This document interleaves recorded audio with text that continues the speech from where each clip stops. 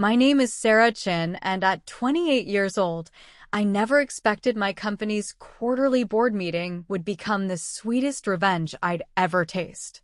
Standing in the gleaming conference room of Chin and Associates Marketing, watching my parents shift uncomfortably in their chairs as I presented our latest million-dollar acquisition should have been simply joyful. But years of being told I'd never amount to anything significant had built up to this moment.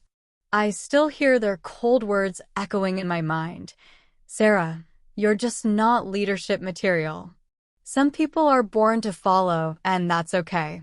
The memory of that night when I graduated summa cum laude, and they spent the entire dinner praising my mediocre cousin's C+ average still burns. Before I reveal what made their faces turn ghostly pale when they realized who was actually running the meeting, let me ask you this. If you've ever had to fight twice as hard just to get half the recognition, drop a comment below because this story is for everyone who refused to accept other people's limitations. I grew up in what appeared to be a perfectly normal upper-middle-class family in Westchester County, New York. Our colonial-style house, with its manicured lawn and circular driveway, projected success, complete with family portraits that captured our practiced smiles while concealing the complicated dynamics beneath. My parents, David and Margaret Chin, had built their reputations carefully, Dad as a senior partner at a prestigious law firm, Mom as the head of pediatrics at the local hospital. We weren't just comfortable, we were the family other families aspired to become. My younger brother Kevin was 18 months behind me, but somehow perpetually ahead in our parents' estimation. With his natural athletic ability, effortless charisma, and that confident swagger that seemed to unlock every door, he embodied everything they celebrated. Kevin could bring home a B- and receive congratulations for trying his best, while my straight A's earned a casual, "We expected nothing less from you, Sarah." The difference in treatment wasn't subtle. Kevin's soccer games were family events. Dad would leave important client meetings, Mom would reschedule surgeries, and they'd cheer from the sidelines like he was playing in the World Cup. My academic decathlon competitions, debate tournaments, and honor society inductions were nice achievements that merited a pat on the head and maybe dinner at Applebee's if they weren't too tired. When Kevin expressed interest in business school, Dad immediately began networking, setting up informational interviews and discussing how he could leverage family connections.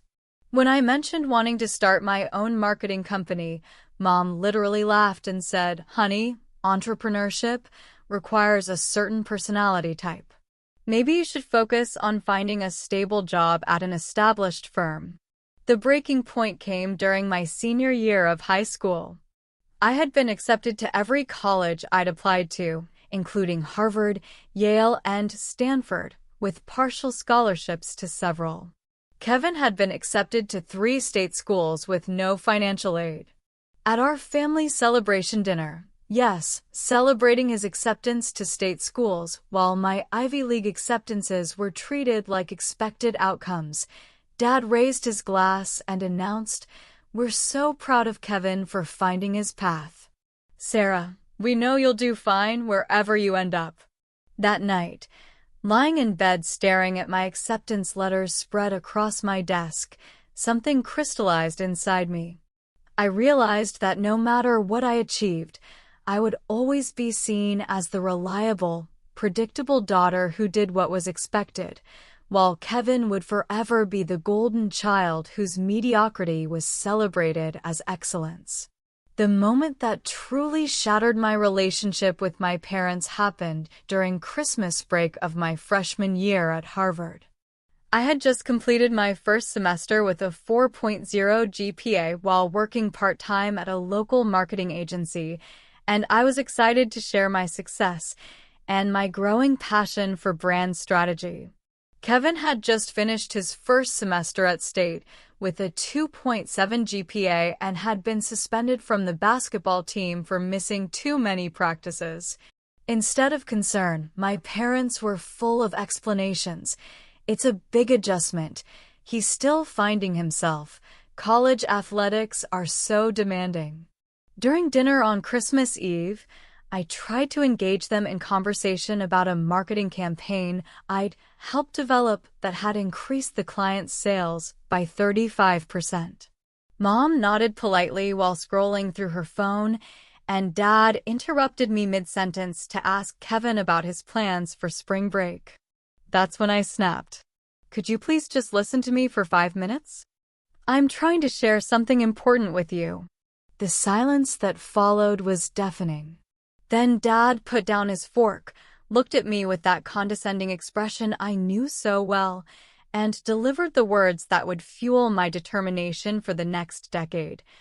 Sarah, you need to understand something about yourself.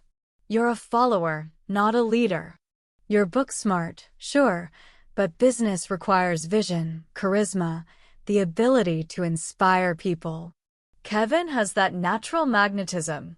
People gravitate toward him. You're more of a behind-the-scenes person, and there's nothing wrong with that. Some people are born to follow, and that's perfectly fine. Mom nodded in agreement, adding, "Honey, you're so analytical and detail-oriented. Those are wonderful skills for supporting someone else's vision. But starting your own company? That requires a completely different skill set that, frankly, you just don't have." Kevin, to his credit, looked uncomfortable, but he didn't defend me. He just sat there, allowing our parents to diminish everything I was and everything I dreamed of becoming. That night, I made a promise to myself. I would build something so undeniably successful that they would have no choice but to recognize my capabilities. I would become everything they claimed I could never be, and they would witness it firsthand. The next 7 years were a masterclass in determination fueled by spite. I threw myself into my studies with renewed intensity, not just to learn but to prove. I took on every leadership opportunity available: student government, debate team captain, founding president of the Harvard Marketing Association. Each achievement was a small rebellion against their limiting beliefs. During my junior year, I launched my first real business venture, a social media marketing service for local Boston restaurants. Working 20-hour days between classes, I grew the client base from 3 small cafes to 15 established restaurants within 6 months. The revenue was modest, but the experience was invaluable, and more importantly, it proved to me that I could build something from nothing. My parents' reaction to the success was predictably dismissive. "That's nice," dear Mom said during one of our weekly phone calls. "But don't let it distract you from your real studies. You'll need excellent grades to get a good job after graduation." After Harvard, I deliberately chose a different path than they expected.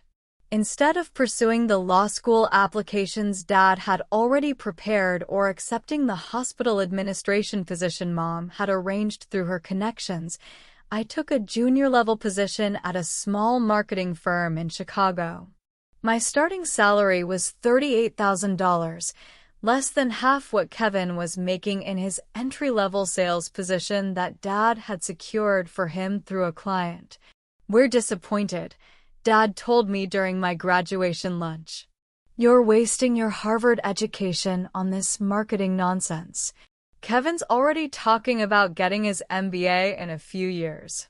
Maybe you should consider something more substantial." At that small Chicago firm, I discovered my true calling. Marketing wasn't just about selling products.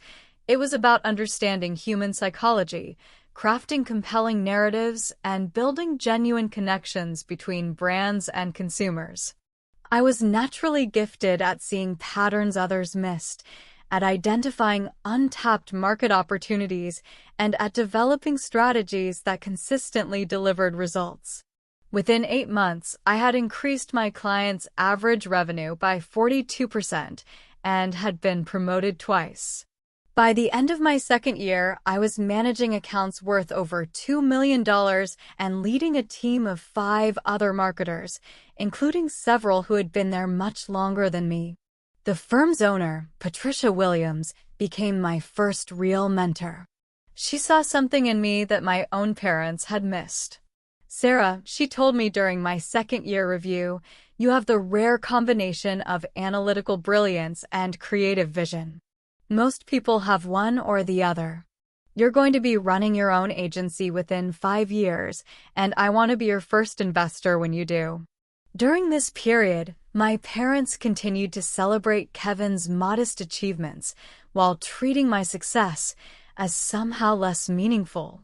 When I told them about my promotion to senior account director, Dad's response was, "That's nice, honey.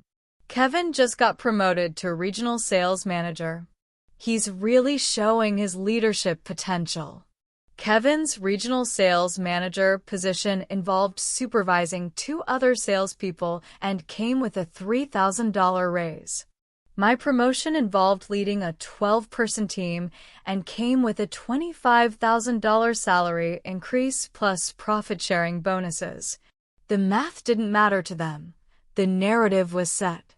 Patricia Williams became more than just a boss. She became the mother figure I had always needed. Unlike my parents, she saw my potential not as a limitation to be managed, but as a force to be unleashed. During our weekly mentorship meetings, she shared the hard-won wisdom of someone who had built a successful business from scratch. "The people who doubt you often do so because your success threatens their worldview," she told me during one of our conversations. "Your parents see Kevin's struggles as normal and your excellence as somehow unnatural. They're more comfortable with his failures than with your successes because his failures confirm their understanding of how the world works." Patricia taught me that true leadership wasn't about the charisma and magnetism my parents valued in Kevin. It was about consistency, vision, and the ability to make everyone around you better. She showed me how to read financial statements, how to build strategic partnerships, and how to negotiate deals that created value for everyone involved. More importantly, she believed in my dream of starting my own agency. "When you're ready," she said, "I'll be your first client and your first investor. But don't rush it. Build your skills, save your money, and most importantly, build your network. Success in this business is about relationships, and you're naturally gifted at building authentic connections with people." Under her guidance, I began preparing for eventual independence. I saved 60% of my income, living in a tiny studio apartment and eating more ramen than any Harvard graduate should. I attended every industry conference, joined professional associations, and built relationships with vendors, clients, and competitors. Most importantly, I started documenting every successful strategy, every lesson learned, every contact made. By my 4th year at the firm, I was essentially running the day-to-day operations while Patricia focused on business development and strategic planning. Our revenue had grown from $3.2 million to $8.7 million during my tenure, and much of that growth was directly attributable to campaigns I had developed and implemented. The decision to start Chin and Associates Marketing wasn't impulsive. It was calculated and strategic. After 5 years of preparation, I had saved $180,000, built relationships with potential clients who had expressed interest in working with me independently, and developed a comprehensive business plan that Patricia had helped me refine. My parents' reaction to my entrepreneurial announcement was predictably negative. "Sarah, this is incredibly risky," Mom said during our monthly family dinner. "You have a stable, well-paying job. Why would you throw that away to start something that will probably fail?" Dad was even more direct. 90% of new businesses fail within the first 5 years. "You're not cut out for the stress and uncertainty of entrepreneurship." Kevin's considering starting his own real estate investment company, and that makes sense because he has the personality for risk-taking. You're too cautious, too analytical. Stick with what you know. Their lack of support stung, but it also fueled my determination. I had spent years proving myself to them without success. Now I would prove myself to the market, and their opinion would become irrelevant. The early days of Chin and Associates were challenging but exhilarating. Working from my studio apartment, I launched with 3 clients Patricia had helped me secure, including her own firm as my anchor account. My first-year revenue goal was modest, $250,000, but I was determined to exceed it. The breakthrough came 6 months in when I landed a contract with a struggling restaurant chain that was considering bankruptcy. Their previous marketing efforts had been scattered and ineffective, and they were losing customers faster than they could acquire new ones. I developed an integrated campaign that repositioned them as a community-focused, family-friendly brand while implementing a loyalty program that encouraged repeat visits. Within 4 months, their same-store sales had increased by 28%, and they had postponed their bankruptcy proceedings. Within 8 months, they were profitable again and expanding to 2 new locations. The case study became my calling card, and referrals began flowing in. By the end of my second year, Chin and Associates had grown to 8 full-time employees and annual revenue of $1.2 million. We had moved from my apartment to a proper office space, and I was consistently turning down potential clients because we were at capacity. The growth wasn't just in numbers, it was in reputation. Our campaigns were winning industry awards, our strategies were being studied by competitors, and I was being invited to speak at conferences where I had once been an eager attendee. My parents' response to this success was a masterpiece of cognitive dissonance. When I told them about winning the Chicago Marketing Association's Campaign of the Year award, Dad said, "That's nice, dear. Kevin just closed his biggest real estate deal yet, $300,000. He's really finding his stride." The $300,000 deal Kevin had closed earned him a $9,000 commission. The campaign that won the award had generated $2.3 million in revenue for our client and $230,000 in fees for my agency. The comparison was absurd, but they made it anyway. During year 3, I made the decision to expand nationally. The risk was enormous, hiring talent in new markets, establishing offices in Los Angeles and New York, and managing operations across multiple time zones. But the opportunity was too significant to ignore, and I had learned to trust my instincts. The expansion was more successful than I had dared to hope. Within 18 months, we had offices in 5 cities, 35 employees, and annual revenue approaching $4 million. More importantly, we were attracting the kind of high-profile clients that established agencies had dominated for decades. The moment I had been unconsciously working toward for nearly a decade arrived in the most unexpected way. Kevin, who had struggled with his real estate career and was facing significant financial difficulties, approached me about working for Chin and Associates. The irony was delicious, but I hired him anyway, not as a favor, but because he was genuinely good at building client relationships, even if he lacked strategic thinking skills. My parents' reaction to Kevin working for me was a fascinating study in mental gymnastics. Rather than acknowledging that their follower daughter was now employing their natural leader son, they framed it as Sarah finally recognizing Kevin's value and Kevin being generous enough to help his sister's little business. The true vindication came during our 5th year when Chin and Associates was acquired by Omnicom, one of the world's largest advertising conglomerates, for $47 million. As part of the deal, I would continue as CEO of the subsidiary while also joining Omnicon's board of directors. The acquisition made national news, not just because of the size of the deal, but because of my age and the agency's rapid growth trajectory. Forbes featured me on their 30 Under 30 list, and Harvard Business School invited me to guest lecture on entrepreneurship and rapid scaling strategies. When the news broke, my parents called me for the first time in months. "Sarah, we saw the article in the newspaper," Mom said, her voice carrying a tone I had never heard before, something between pride and bewilderment. "We had no idea your company had become so significant." Dad got on the line and, for the first time in my memory, seemed genuinely impressed. $47 million? Sarah, that's incredible. We're very proud of you. Their pride felt hollow after years of dismissal, but it also felt like vindication. They were finally seeing me as I had always been, not as they had insisted I was.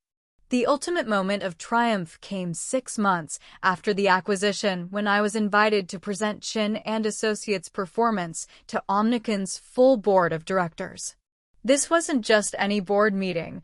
It was the quarterly review where subsidiary CEOs presented their results to some of the most powerful people in global advertising. What I didn't know until I walked into that mahogany-paneled conference room was that my parents would be there. Dad's law firm had recently been retained by Omnicon for some complex international contracts, and as the lead partner on the account, he had been invited to observe the meeting to better understand the company's structure and operations. The shock on both their faces when I walked to the front of the room was priceless.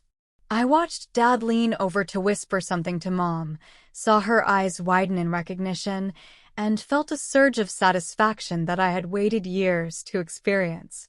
"Good morning, everyone," I began, my voice steady and confident. "I'm Sarah Chin, CEO of Chin and Associates, and I'm excited to share our Q3 results with you." For the next 30 minutes, I presented the kind of numbers that make board members sit up and take notice. Revenue growth of 340% year-over-year. Client retention rate of 94%. Profit margins that exceeded industry standards by 23%. Our Los Angeles office had just landed a $15 million campaign with a major entertainment studio, and our New York team had been invited to pitch for a global pharmaceutical account worth potentially $50 million. But the numbers were just part of the story. I talked about our company culture, our innovative approaches to data-driven marketing, and our expansion plans for the coming year. I fielded questions from board members with the kind of expertise and confidence that comes from truly understanding every aspect of your business. When the presentation ended, the applause was genuine and sustained. The board chairman, a legend in the advertising industry, stood up and said, "Sarah, what you've built in 5 years typically takes decades to achieve. Your strategic vision and execution have been exemplary, and we're fortunate to have you leading this subsidiary." Throughout the entire presentation, I could feel my parents' eyes on me, could sense their growing realization that the daughter they had dismissed as a follower was commanding the attention and respect of some of the most successful business leaders in the world. After the meeting, they approached me in the hallway, both looking somewhat shell-shocked. "Sarah," Dad said, his voice uncharacteristically quiet, "we had no idea. I mean, we knew your company was successful, but seeing you present to that board, seeing how they responded to you, we clearly underestimated what you had accomplished." Mom nodded, tears actually forming in her eyes. "Honey, I owe you an apology. We were wrong about you, about your capabilities, about everything. What you've built is extraordinary, and you did it despite our lack of support, not because of it." For a moment, I felt the old hurt rising up, The years of dismissal and comparison to Kevin threatening to overwhelm the triumph of the moment. But then I realized something profound. Their validation no longer mattered to me the way it once had. I had built my success not for them but for myself, and their recognition, while gratifying, was no longer necessary for my sense of self-worth. That evening, my parents invited me to dinner, not as some family obligation, but as a genuine gesture of respect and reconciliation. We went to the same restaurant where they had dismissed my Harvard achievements nearly a decade earlier, and the symbolism wasn't lost on any of us. "We need to talk about Kevin," Dad said after we had ordered. "He's been working for you for 2 years now, and we've been watching how you've managed that relationship. You've been incredibly generous with him, giving him opportunities to succeed without making him feel diminished by working for his younger sister. That shows a level of emotional intelligence and leadership that we completely failed to recognize." Mom leaned forward, her expression more serious than I had ever seen it. "Sarah, we owe you more than an apology. We owe you an explanation, though we're not sure we fully understand it ourselves. I think we were so invested in the idea that Kevin needed our support and advocacy that we failed to see you didn't need it. You were going to succeed regardless. But that doesn't excuse how we treated you or how we dismissed your dreams. The truth is," Dad continued, "Kevin has struggled professionally not because he lacks ability, but because he was given opportunities he hadn't earned and praise he hadn't deserved. We did him no favors by constantly building him up while tearing you down by comparison. We created artificial confidence in him and unnecessary insecurity in you, and it damaged both of you." The conversation continued for nearly 3 hours, covering years of hurt feelings, missed opportunities for connection, and their growing realization of how profoundly they had misjudged both their children. They asked about my business, my plans for the future, and for the first time in my memory, they listened to my answers with genuine interest and respect. "What you've accomplished," Mom said as we were preparing to leave, "isn't just impressive from a business standpoint. You've created something meaningful. You're employing dozens of people. You're helping other businesses succeed. You've built exactly the kind of legacy we always hoped our children would build, and you did it while being the kind of person we always hoped our children would become." Today, 3 years after that transformative board meeting, Chin and Associates has become one of Omnicon's most profitable subsidiaries. We've expanded to 12 cities, employ over 200 people, and our annual revenue exceeds $25 million. But more importantly, we've maintained the culture of innovation and collaboration that made us successful in the first place. Kevin still works for the company, and he's genuinely talented at client relationships and business development. The difference now is that he reports to me as an equal team member, not as the family favorite who deserves special treatment. He's earned his success through performance, not through connections, and he's become a better professional and a better person as a result. My parents and I have rebuilt our relationship on a foundation of mutual respect rather than their expectations and my rebellion against them. They've become genuine supporters of my work, and Dad has even provided legal counsel for some of our major contracts. More importantly, they've learned to celebrate both their children's successes without comparison or favoritism. The little girl who was told she was born to follow now leads a company that shapes marketing strategies for Fortune 500 companies. The teenager who was dismissed as lacking natural magnetism regularly speaks at industry conferences and has been featured in major business publications. The college student who was told she was too analytical to be an entrepreneur has built a business that combines data-driven strategy with creative innovation. Looking back on this journey, I've learned several crucial lessons that I share with young professionals who feel underestimated or dismissed. First, other people's limitations of you are not facts about you. They're facts about their inability to see your potential. My parents' assessment of my capabilities said nothing about who I actually was and everything about their preconceived notions of what leadership looked like. Second, the best revenge truly is success, but not for the reasons you might think. It's not about proving others wrong, it's about proving yourself right. When you succeed despite others' doubts, you develop an unshakable confidence in your own judgment and abilities. Third, sometimes the people who doubt you do so out of love, not malice. My parents weren't trying to hurt me. They genuinely believed they were protecting me from disappointment by encouraging me to pursue realistic goals. Their intentions were good, but their understanding was limited.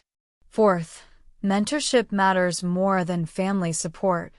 Patricia Williams believed in me when my own parents didn't, and her support was more valuable than any inherited advantages. Seek out people who see your potential and invest in your growth. Finally, success is not just about achieving your goals, it's about who you become in the process. The skills, resilience, and self-knowledge I developed while building Chin and Associates are more valuable than any financial reward or external recognition. The story doesn't end with my parents' recognition or my company's success. True vindication comes from using your success to lift others up, and that's become the most meaningful part of my journey.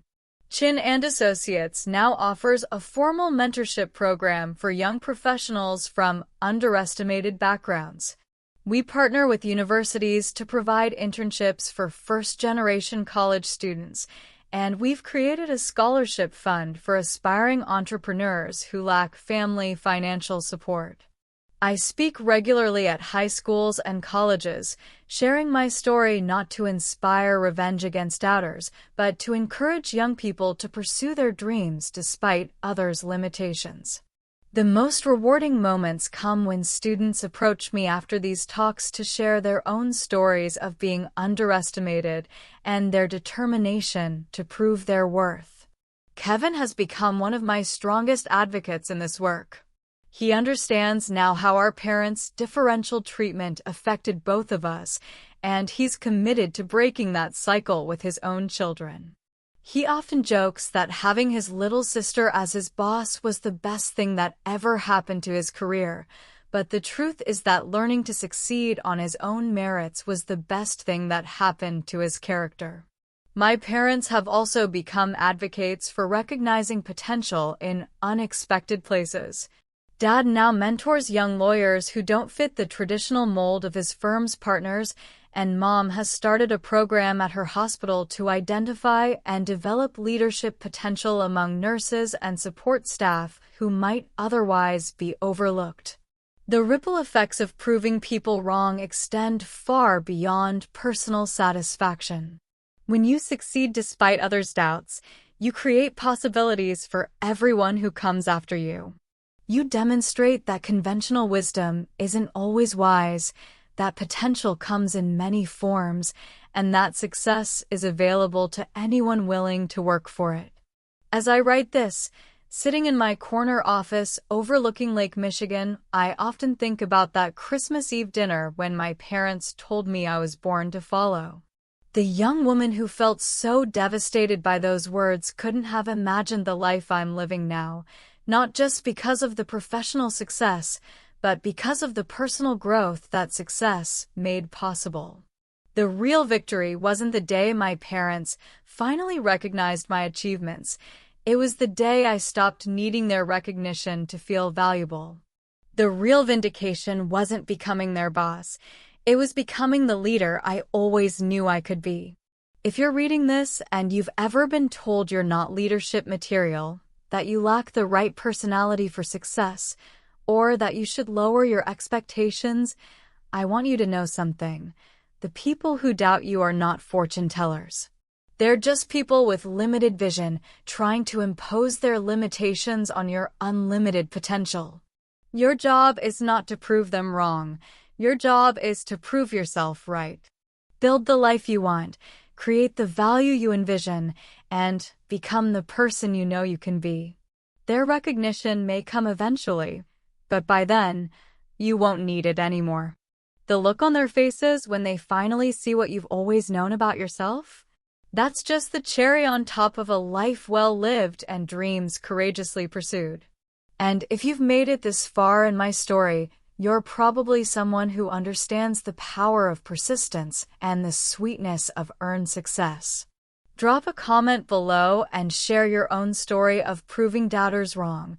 I read every single one, and your journey might inspire someone else who needs to hear that their dreams are valid and their potential is real.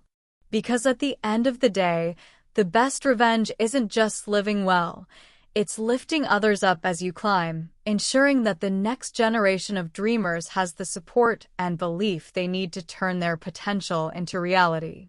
That's the kind of leader I was always meant to be, especially when nobody else could see it.